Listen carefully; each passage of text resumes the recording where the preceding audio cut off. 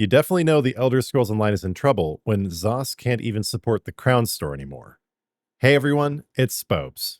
There's been quite a bit of news in the last week or so shedding additional light on what's going on at ZeniMax Online Studios, the creators of the Elder Scrolls Online, and none of it looks particularly good for the game. In this video, we're going to cover the recent letter from Bethesda Game Studios, indicating that ZOS is essentially being absorbed to build the Elder Scrolls 6, the fact that Update 51 has been delayed again, the absolute reality of vengeance testing going forward, even though basically nobody wants it, this insane debacle of releasing a new skill style that has essentially no purpose, and the news that just came out indicating that monthly Crown Store showcases are essentially a thing of the past. Before we get into these Doomer highlights, please take a moment to like, hype, and subscribe. I'm going to read the relevant portions from this BGS letter, suggesting that ZOS is being pulled off of ESO to work on TES 6. But before I do, I want to mention that I've been agnostic from the beginning of this whole saga. I've gone through periods where I'm more or less hopeful, but my main objective here is just to present the facts as they are, regardless of what hopes I may have for the Elder Scrolls Online, to help the community understand the situation with the utmost clarity. The fact that I'm pointing out these troubling signs does not mean I am an ESO Doomer. It doesn't mean I think the game is over. But I think it's hard to look at these following 5 stories and not see a noticeable decline. So first of all, this letter, which has been talked about a lot recently, but I hadn't gotten a chance to cover yet. This was released on July 17th by Bethesda Game Studios, and it was apparently written by Todd Howard, but I don't see any actual byline in here, any proof that he actually wrote it. So the letter begins with a bunch of meaningless corporate boilerplate, just talking how much they love games, how much they love us. I love you, you love me, we're a Bethesda family. Then it goes on to saying the studio is not giving up on Starfield. They're doubling down on mods that are created by players. And they're also doubling down on Fallout 5 and apparently Fallout 76, even though I hear that project was essentially gutted. Fallout 4 is 10 years old now, so it's definitely time for a new single-player installment in the franchise. Now, this is where things get interesting. Obsidian is being shifted to go work on the new Fallout game, but then I'm going to read this next paragraph in full so we get a complete understanding of what's being said here. We're also bringing our teams closer together across Bethesda. ZeniMax Online Studios will partner closely with Bethesda Game Studios on the Elder Scrolls franchise, while continuing to deliver incredible new experiences for the Elder Scrolls Online. Season 1 Return of the Thieves Guild, which was definitely an incredible experience, recently launched, and the team has more planned for the future. By aligning more directly across the franchise, we can create even better experiences for players. Bringing our teams closer together is helping us build a stronger foundation for everything we create next. And apparently they are still working hard on the Elder Scrolls 6. Lord knows when it will be released, but it is still in production. So there are a variety of different ways you can read this section. On the one hand, you could say there's just going to be more open communication between BGS and ZOS, which would be good. From what I understand, there's been a lot of tension between the two studios. A lot of difficulty collaborating on basically anything.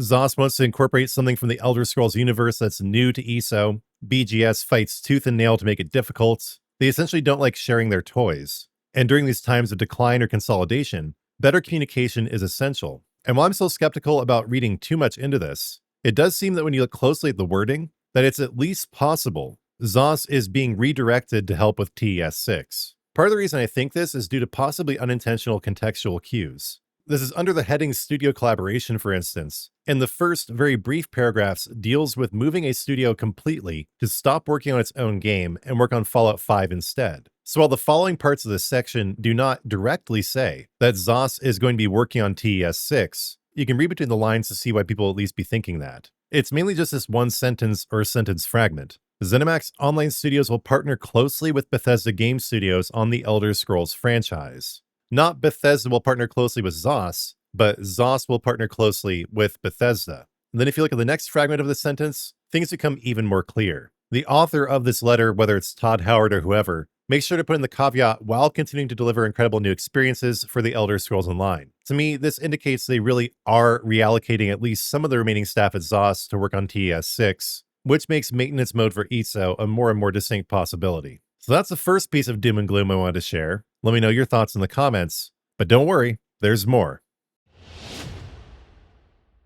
We already knew that Update 51 was being delayed by a couple of weeks, past its original release date, but now we know it's being delayed even further. This recent forum post from ZOS Kevin reads thusly. Hi everyone, we have an update on the start date of U51 PTS. Week 1 of PTS will now start on August 3rd. As we've been working on our adjusted roadmap, we made the determination that the start date needed to shift one more week. We understand the additional delay is frustrating and appreciate your patience as we continue to work on our updated roadmap. So given the fact that PTS cycles are usually 4 or 5 weeks, that could be changing here as well. This means U51 will not be coming out till mid-September. So some people are saying they are thinking it'd be an even longer delay. Others are wondering if the whole PTS cycle is going to be shortened. Others are expressing confusion about Warden not being included in U51 PTS. This user, Seraphael, says class updates are the most important thing for ESO's future. You cannot do one single class and ignore all the others. Yes, I was just watching a video today from a creator, I forget his name, Nova something, but I'll find the video and I'll link it above here, who was talking about the reason he's quitting is because DK has been meta for far too long. Other users are questioning whether the delay is actually due to the layoffs at all, and they're bringing attention to the fact the team is doing everything they can seemingly to avoid mentioning the name Warden. So we will have to see here. But yes, we are seeing the beginning of what will likely be a cascading series of delays with the release of new content. We were originally looking forward to the full release of U51 sometime in August. Now it's definitely being pushed back. The communication is appreciated from Zos Kevin, but these delays are definitely becoming concerning. Concerns are also being raised by the fact that a new round of vengeance testing began this week. I know some people like it, I definitely do not, and the community tends to share my sentiment there. Vengeance is strongly disliked, as is indicated by this recent poll on the forums. When asked about their priorities for the game, 96% out of 216 respondents chose class rework, while only 3% chose vengeance testing. Zos Kevin jumps in to do some damage control here, saying the following. Hi all, just want to give some insight here. The vengeance testing we have going on this week was already factored in and scheduled a few months ago. However, we are still committed to the class refresh and working on adjusting our schedule. We should have more to share soon. So class refresh is still a core focus moving forward. While that is nice to hear, it's good they haven't just given up on class reworks, but we already knew that. Whether or not this vengeance campaign was scheduled months ago, pushing forward with some of the most hated content in the game at a time like this is just bad optics.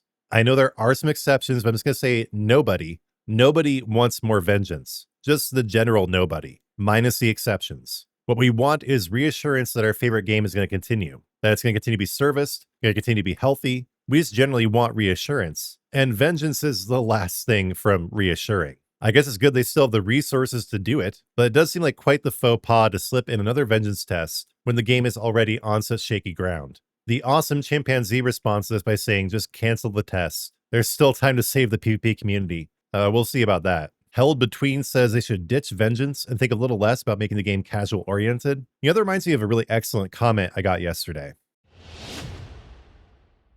So this guy, and I'm sorry, but I don't speak Chinese, so I have no idea what his name is, but I really appreciate the points he made. I'm just going to read this comment in full. If asked about ESO's fundamental philosophy, I would answer ESO is a niche game. It's not a game for people who buy something just because they see an ad recommending it, or who line up for a hot dog just because there's a queue. Zos must understand this. If they understand this and develop accordingly, ESO might still survive. Niche audiences don't leave once they've found their niche. One great example of a niche audience within ESO is the PvP community. They are happily installed in their little niche. They just don't want to be pushed out of it. But that's exactly what Vengeance is doing. You have Vengeance, you have Grey Host. I think they added Blackreach back in. But Vengeance does not fix PvP for hardcore PvP niche players. It makes it considerably worse. It's somewhat appealing to casuals, but this guy's right, whatever his Chinese name is. There's already plenty of casual content in the game. I'm a casual myself, but at the same time, Zos needs to stop thinking in generalities. They need to make their content appeal to specific niches. I think he's right about that being the way the game will survive. So thanks for the comment, China guy. So number 4 on our list, something that's absolutely blowing my mind, is the fact that the new skill style for the Sorcerer's Overload Ultimate, Lightning Yellow, apparently does not apply to light or heavy attacks. So what's the point? Your hands just glow yellow, but the light and heavy attacks look the same? There are a couple different threads about this at this point, but this one was posted originally by Faltase. He posts a screenshot of the skill style in the shop, and then analyzes it below. Does not apply to light or heavy attacks in the description of the yellow overload skill style. If this is intentional, it's super lazy and makes zero sense. Why make a skill style for it if just the ambient aesthetic gets changed? Are you telling us that light and heavy attacks will not be yellow?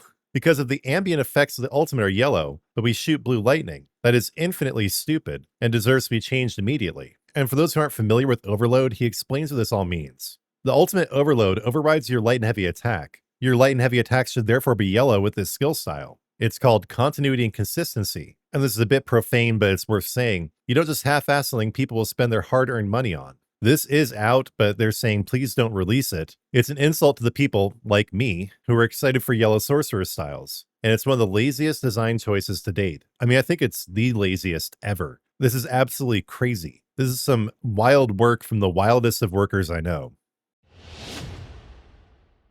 So Zoss Kevin does respond down the line, but I don't really like his response, honestly. Hi all, thanks for raising this. We escalated this to the team and we agree this one missed the mark. We had a fix planned for this, but we did not catch the mismatch between when the fix would be on live and when the skill style was releasing until now. The skill style will apply to light and heavy attacks once the fix goes live with U51, whenever that comes out, right? It will also be previewable at that time. We'll talk with the team that manages the Crown Store to bring this item back shortly after its fix has been live as well. Just, my lord. So, analyzing this, it's good that he says they missed the mark, but I'm sorry, this sentence is total BS. We had a fix planned for this, but we didn't catch the mismatch? That just can't be true. And you know why? In the description in the Crown Store, which is linked in this thread, it says right there, this does not apply to light or heavy attacks. That means they did catch it. They knew this was the case. They just went ahead and released it anyway. They could have delayed the release till U51, but they released it now,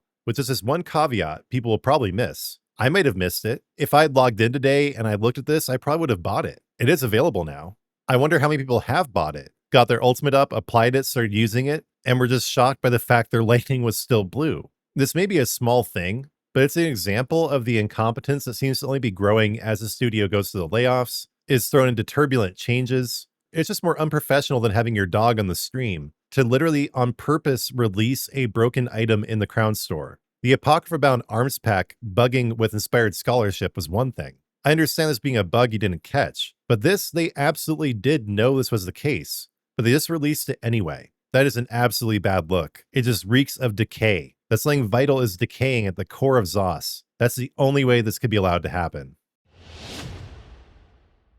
But we still have one more piece of doom and gloom to get to, if you guys aren't already huddled in fetal position and weeping silently. There's a new thread from today, well, by the time this releases, yesterday, started by Zoss Kevin, talking about changes to the Crown Store.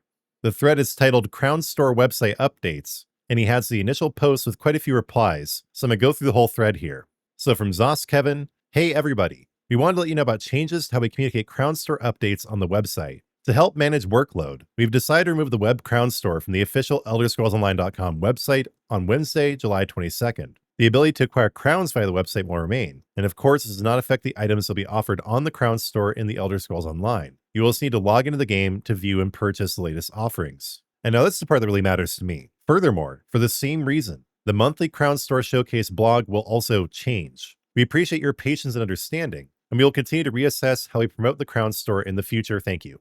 Yeah, that's so vague and ominous. And what he's really saying here is they don't even have the capacity to offer Crown Store items on the website anymore. They'll still sell crowns, but apparently the team has been so gutted, they can't even take pictures of items and put them on the store and let people buy them. This, more than anything, is just a huge sign the game is going into a steep decline. The Crown Store is the bread and butter of ESO, and they can't even support the Crown Store? That is absolutely wild.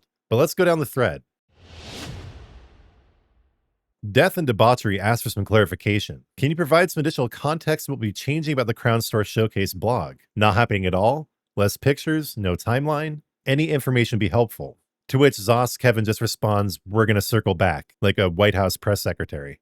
Then in response to another post, saying just a bulleted list of items with dates would be acceptable, Zoss Kevin does say there will at least be a bulleted list of items, just confirmed that info. In response to someone asking if the whole Crown Store catalog could just be automated, which totally makes sense, a bot simply posts what's currently in the Crown Store online somewhere, Zoss Kevin responds, this was not possible due to several tech limitations, and building the tech was not an option, but the idea was explored. All right. And then Baratron, who's apparently involved with the UESP, says this, that's going to be a problem for UESP because I know we use those high-resolution screenshots from the official website on our wiki. To which Zoss Kevin replies, the goal is to provide what we can, especially because we know folks like USP do use those shots. But to be blunt, the team responsible for the blog and those screenshots doesn't have the capacity to provide those at the scale we could before. But we will provide what we can for now and adjust from there. And that's basically it. So there you go. That does it for this week in ESO Doomer news. I just want to be really clear here at the end. I am not trying to add fuel to the fire. I'm not trying to convince people to quit the game. I still love the Elder Scrolls Online, and I don't see that ever stopping. But I do think we need to be clear-eyed and focus on the reality of what's going on. Accepting the truth is the only way to enact real change. We can't just bury our heads in the sand and act like everything's okay. It's definitely not. Things are not going well at ZOS. And no, I'm not saying this is the end of the studio or the end of the game, but we do have some very ominous prevailing factors at play now. Apparently, BGS is essentially absorbing ZOS to work on TES6. U51 is delayed again. They're still working on Vengeance. They're releasing completely broken skill styles. And the team has been so gutted they can't even make the Crown Store showcase the way they did before. These are not good signs. And so I hope you'll join me in praying for ZOS and for the Elder Scrolls Online, that they get through this difficult part of the game's history with flying colors, that ESO improves from here. But yes, again, I do feel like we also need to be apprised of the situation, not avoid the hard truth. That's the best way we can help the game and the studio at this time. In the comments, let us know what you think about the situation. Do these signs point to the beginning of the end for ZOS? Can ESO pull through this? What kind of insight does this information provide you on what's going on with ESO and the future of the game? Leave it all in the comments. And before you go, please support the channel by liking, hyping, and subbing. You can take your support a step further by becoming a member of the Spopes Army. Check out some of the merch below the video, or go to my Fourth Wall site for a full catalog of merch and the option to leave a donation. Plus, you can leave donations here on YouTube in the form of super thanks. I am massively grateful for all your support, yet I am even more grateful to God. So we're going to finish the video as always with a prayer to my Lord and Savior, Jesus Christ. Lord, I thank you for gaming and for ESO and all the wonderful experiences we have in this game and the world of gaming in general. Lord, I do beseech you to be with the Elder Scrolls Online, to be with its players, to be with the developers, to be with the game itself, uplift it and protect it. Help ESO make it through these trying times stronger, more robust, more capable of facing the future. Lord, I ask you to not let the game go into maintenance mode. I ask you to rally the community together, to love the game more, to support it more, not even necessarily financially. Just send it love and support in this difficult time. Lord, I thank you for the ability to make this video today. I give all glory to you for my channel and for this video. Lord, in your mercy, hear our prayer. All right, that's going to do it. Again, sorry for being such a downer, but it had to be said. Before you go, please remember to like, hype, comment, and subscribe. And when you do subscribe, turn on notifications, because I'll be back soon with new content.